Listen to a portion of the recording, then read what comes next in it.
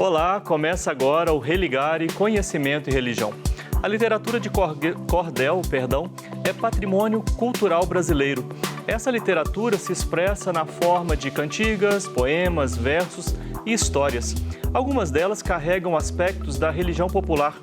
Como os versos do cordel refletem elementos constitutivos do imaginário religioso popular? Hoje no Religare vamos falar sobre literatura de cordel. Eu recebo aqui Alair Matilde Naves, mestre em Ciências da Religião e pastoralista na PUC Minas. Alair, bem-vindo ao programa. Obrigado e obrigado pela oportunidade de participar. Vai ser um prazer a nossa conversa hoje aqui sobre literatura de cordel.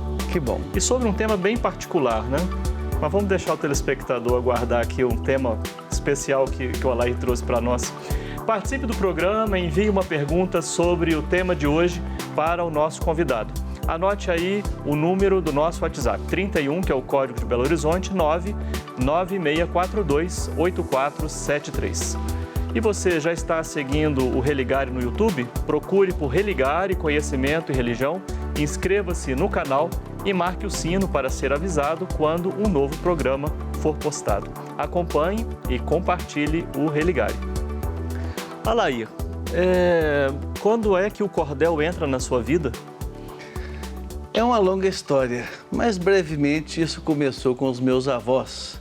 Meu avô era contador de histórias e tinha umas histórias muito interessantes sobre Pedro Malazarte, sobre o diabo, Jesus e São Pedro andando pelo mundo. Ali começou um interesse muito grande pela cultura popular.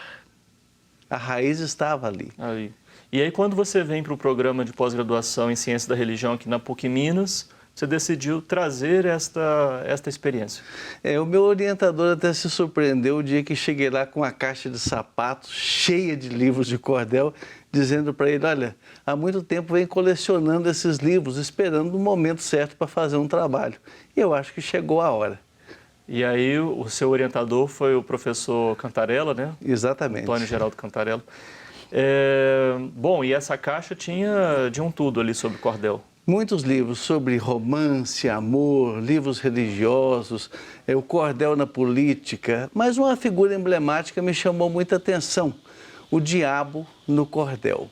A partir de um livrinho de Manuel de Almeida Filho, chamado A Volta de Lampião ao Inferno. Você trouxe, inclusive, esse livro para nosso telespectador.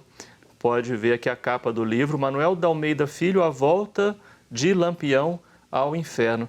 E por que esse interesse em particular na figura do diabo na literatura de cordel? Desde criança, quando ia para a roça, nas minhas férias escolares, eu participava de alguns momentos importantes da família. Um deles era a colheita da mandioca. E lá na colheita da mandioca sempre ouvia um verso muito interessante que era cantado, que falava que o diabo era amarrado dentro do saco para não passar a mão na colheita do povo. Antes de você contar o verso, você é de onde? De Pará de Minas. De Pará de Minas. E é lá dessa região, então, que você traz esse verso. Qual é o verso? Você se recorda dele, certamente. São Chico do Cordão Bento vem amarra o diabo dentro. Comigo ninguém tasca, ninguém passa a mão nessa colheita que é minha. E aí você traz isso na sua vida e traz isso para a pesquisa. Eu trouxe para a pesquisa e quando eu vi esse livreto, logo de início ele apresenta narrativas que me levou a buscar outros livretos, que o lampião passa pelo inferno, passa pelo purgatório, vai ao céu, vai ao paraíso, e o paraíso não é o mesmo céu, o paraíso é uma realidade, o céu é outra realidade, ele é condenado, volta para o inferno, se torna governador do inferno e briga com Saturnino, que foi seu inimigo em vida. Saturnino é aquele que assassinou a família de Lampião, né? Então foi um enredo assim, bastante curioso. Antes da gente conhecer um pouco mais sobre a sua pesquisa, seria interessante a gente traçar assim, características da literatura de cordel. Você nos ajuda nisso? Perfeito. O cordel ele é marcado por uma narrativa simples, popular, são versos com rimas pobres, sempre estrofes com sextilhas ou septilhas, 6 versos ou 7 versos, né? E com uma cadência musical muito demarcada, que ajuda a gente a entrar dentro da história pela cadência dos próprios versos. Então é um ritmo que conta e encanta ao mesmo tempo. Sim, essa literatura de cordel, em geral a gente associa ao Nordeste brasileiro. O Nordeste ele é o berço da literatura de cordel. Na verdade, o cordel nasceu em Portugal, né? Uma literatura popular que era colocada em varais, em cordas, nas praças, por isso se chama de cordel, por causa das cordas. Mas no Nordeste ganhou um espaço privilegiado, talvez aí por causa da população simples, que são aqueles que mais buscam para consumir esses versos.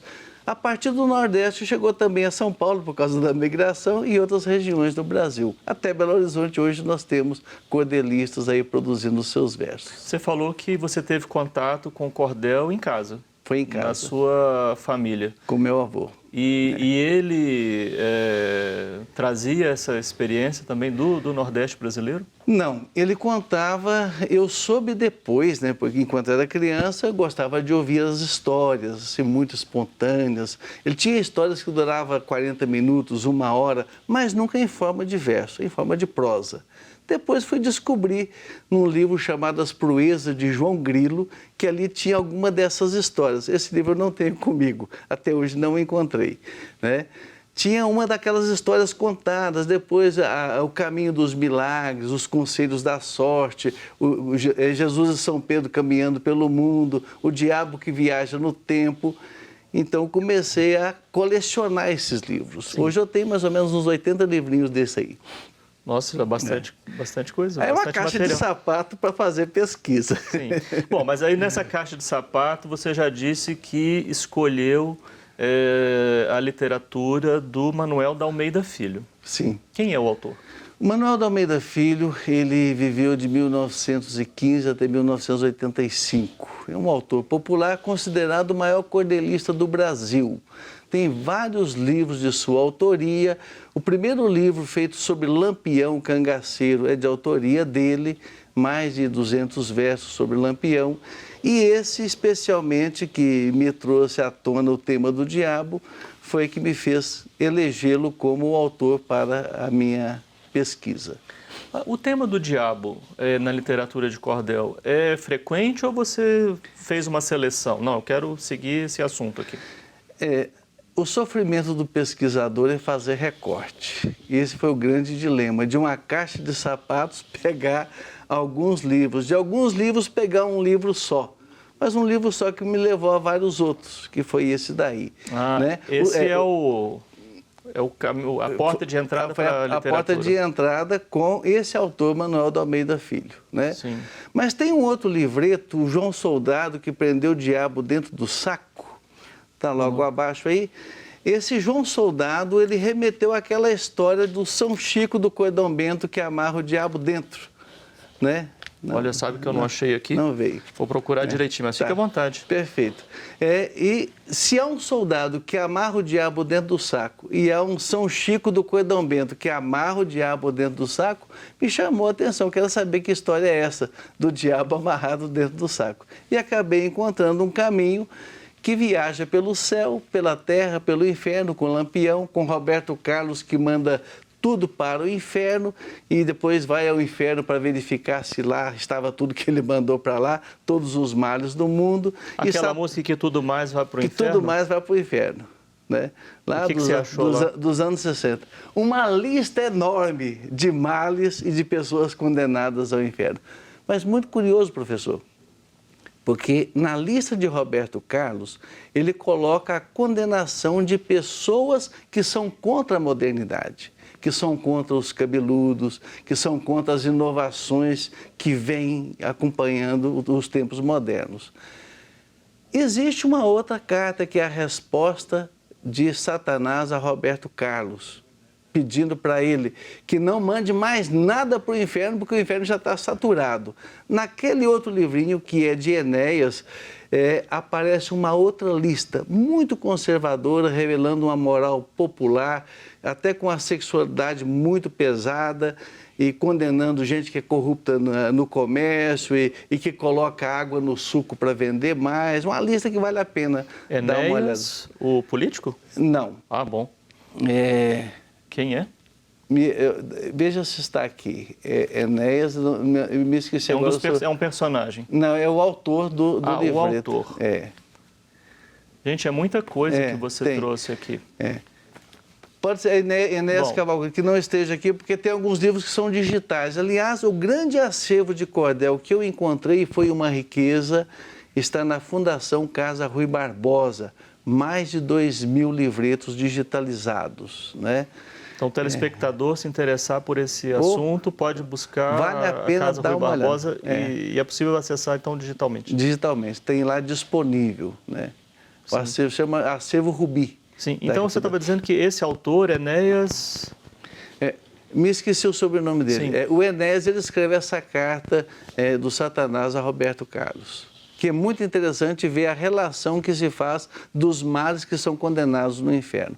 E são todos males associados com o diabo, que é o rei do inferno. Né? E o estilo também, o formato é o mesmo. cordel? O cordel é o mesmo. O formato é o mesmo em todos os livros. Sempre em versos populares, rimas pobres, sextilhas, estrofes de 6 versos ou septilhas com 7 versos.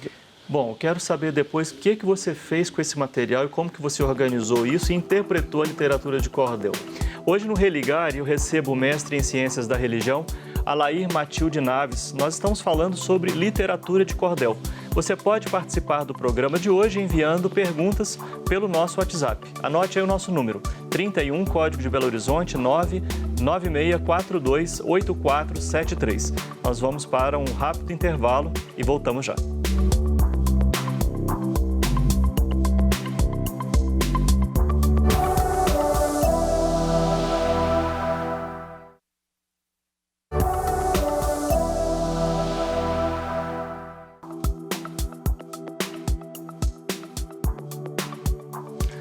Estamos de volta com o Religar e Conhecimento e Religião. Hoje estamos falando sobre literatura de cordel. Aqui no estúdio eu recebo Alair Matilde Naves, mestre em Ciências da Religião pela PUC Minas. E você quer mandar uma pergunta para o Alair? Então anote aí o número do nosso WhatsApp, 31, que é o código de área aqui de Belo Horizonte, 996428473. Nós estamos esperando a sua participação. E durante o intervalo, a gente conseguiu recuperar aqui um dos livros que o Alair comentou no primeiro bloco, que é essa Carta do Satanás a Roberto Carlos, e recuperamos o autor, né, que é o Enéas Tavares Santos. Bom, você já comentou, né, essa literatura do cordel dos anos 60. Na década de 60. Década de 60. Quando essa música fez mais sucesso, né, Quero que tudo mais vá para o inferno. E aí o diabo, saturado de tudo que foi mandado para o inferno, pelo Roberto Carlos, manda uma carta pedindo para parar de mandar gente ruim para lá, porque de maldade o inferno está cheio. Agora, essa ideia do diabo está muito presente na cultura popular, né, Alair? Não só na literatura de cordel. Com certeza, né? Você tentou recuperar essa... Eu não me ative a outras presenças que não fossem na literatura, até porque a nossa pesquisa pegou o viés da teoliteratura, né, da teopoética, fazendo um alinhamento entre a pesquisa do cordel, entre literatura e o imaginário religioso popular, o bem e o mal presente no cordel, né? Sim. Bom, mas essa presença, então, do diabo, você já sinalizou que vem já da cultura portuguesa e chega até nós aqui. Busquei uma fundamentação a partir do livro de Enoque Etíope, que é uma literatura mais antiga, que mostra essa presença dos anjos decaídos, né? Que depois, na Idade Média, são identificados com o diabo, com o mal, né? E que estão presentes no mundo. Num primeiro momento, fazendo parcerias, aconselhando as pessoas, o tipo diabo cramunhão, que é o diabo amigo, que está preso dentro de uma garrafa para fazer favores, mas que depois ele passa a ser uma vertente do mal, uma figura representativa do mal, e que aquele que faz favores passa a pegar favores do ser humano. Então, ele quer fazer o mal para o ser humano. Sim. Aceita até fazer o bem através de alianças, de parcerias, mas querendo em troca alguma coisa. De maneira particular, a alma da pessoa, uma troca pela alma. Então, há tipos de diabo, não é uma figura com uma característica só. Há diabos, então, aí na literatura do cordel. Que diabos há na literatura do cordel, Alair?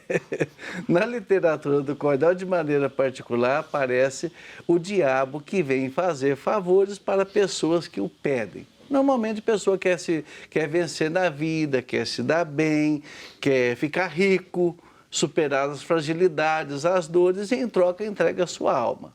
Tem até um livro muito interessante, que é esse da mulher que enganou o diabo, que é do Manuel de Almeida Filho, em que mostra o marido entregando a alma para o diabo para ficar rico. A mulher esconjura dele e o diabo aparece para poder fazer o acordo. Só que a mulher passa na frente e engana o diabo. Ela promete também a alma dela para cooptar o diabo, mas faz ali 7 mandados para que o diabo pudesse cumprir. E com esses mandados ela engana o diabo, fica com o paraíso todo recriado para ela e o marido, e o diabo, não podendo cumprir todos os mandados, aliás, ele cumpre 6, mas no 7º mandado ele estoura e volta para o inferno. E Maria, então, fica com o melhor, que é um reino construído. Tem até uma perspectiva de pesquisa minha, de continuidade para o doutorado, que vai em cima desse livrinho. Um paralelo entre os mandados de Maria da Conceição, a mulher que enganou o diabo, e o capítulos 1 a 3 de Gênesis, são os versos da criação do mundo, né? Lá tem a presença do diabo na serpente, lá o diabo engana a mulher, aqui a mulher engana o diabo. Lá tem 7 dias de criação, aqui tem 7 dias de mandado. Mas é uma pesquisa que vamos fazer ainda. Ainda tem o tempo. Bom, você usou um referencial teórico, da teoria do imaginário, né? Gilbert Durand foi um referencial que você usou para fazer essa análise. Em que a teoria do imaginário ajudou você a fazer a análise desse tema, do diabo, na literatura de Cordel? Dentro do nosso curso de mestrado em Ciências da Religião, eu fiquei fascinado com esse aspecto do imaginário. Essa capacidade nossa de criar, elaborar e tornar realidade aquilo que vem dentro da nossa mente. Até para projetar do lado de fora as nossas dificuldades ou o desejo de vencer essas dificuldades. Eu encontrei em Gilbert Durand 3 elementos que me chamaram a atenção para associar a minha pesquisa. Uma é a implacabilidade do tempo. O tempo ele é um algoz implacável. E eu vi que no cordel o tempo não tem passado, nem presente, nem futuro. Ele é um contínuo acontecer. A inevitabilidade da morte. Todos nós vamos morrer, então isso é agoniante para o imaginário humano. Saber que eu vou morrer, eu preciso dar um sentido para a minha vida.